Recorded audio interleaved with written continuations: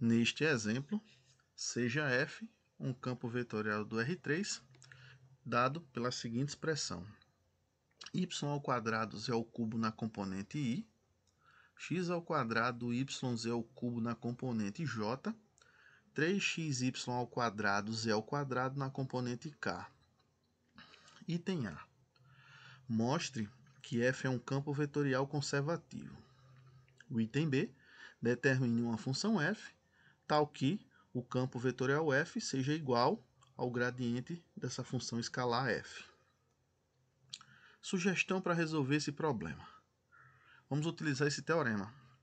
Se f é um campo vetorial definido sobre todo o R3, cujas funções componentes tenham derivadas parciais de segunda ordem contínuas, e o rotacional desse campo vetorial f for igual a zero, f será um campo vetorial conservativo. Bom, vamos primeiramente calcular o rotacional de f. O rotacional de f, por definição, ele é o operador gradiente vetorial, o campo vetorial f. Isso, por sua vez, se dá por esse determinante, onde a primeira linha temos os vetores i, j, k, na segunda linha temos os operadores diferenciais e na terceira linha temos as componentes do campo f. Realizando esse determinante, temos que na componente i esses valores se cancelam, na componente j esses valores novamente se cancelam, na componente k esses valores novamente se cancelam e com isso temos que o rotacional é igual a zero. Bom, como o rotacional de f e o domínio de f é todo R3, então f é um campo vetorial conservativo pelo teorema 4. Então, o item A foi feito. O item B. A técnica para encontrar f a gente já vem resolvendo vários exercícios e está apresentada nessa seção 16.3 do livro texto que estamos utilizando. E ela funciona mais ou menos assim.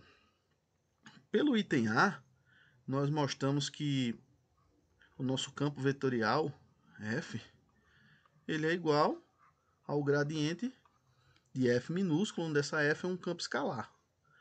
Dessa relação, nós tiramos que o gradiente de f ele é a derivada de f com relação a x na primeira componente, derivada de f com relação a y na segunda componente, derivada de f com relação a z na terceira componente. Igualando isso ao campo vetorial f, obtemos essas três equações, onde f com relação a x é y ao quadrado z ao cubo, f com relação a y é 2xyz ao cubo, f com relação a z é 3xy ao quadrado z ao quadrado. Agora é trabalhar com essas expressões de modo que a gente obtenha o nosso campo escalar f. Bom, integrando 5 com relação a x, obtemos que a nossa f tem essa cara, ela é xy ao quadrado z ao cubo, mais uma função g que depende de y e z. Bom, derivando essa expressão 8 em relação a y, obtemos a derivada de f com relação a y igual a 2xyz ao cubo, mais a derivada de g com relação a y. Comparando com 6, nós obtemos que a derivada de g com relação a y é igual a zero, logo, a minha g é uma função h, que por sua vez só depende de z. Bom, derivando a minha f com relação a z, lógico, substituindo g de yz por h de z e derivando a f, temos que a derivada de f com relação a z é 3xy ao quadrado z ao quadrado mais a derivada de h com relação a z.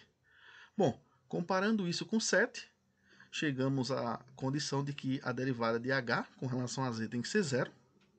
Portanto, a minha h de z é igual a uma constante k, e substituindo isso na nossa expressão, temos que a f de xyz é igual a xy ao quadrado z ao cubo mais k. Então, encontramos uma função f. Essa função f ela é uma função escalar, ela sai do R3 e vai para o R, de modo que o gradiente dessa funçãozinha f dá o nosso campo vetorial. E com isso, resolvemos o item B.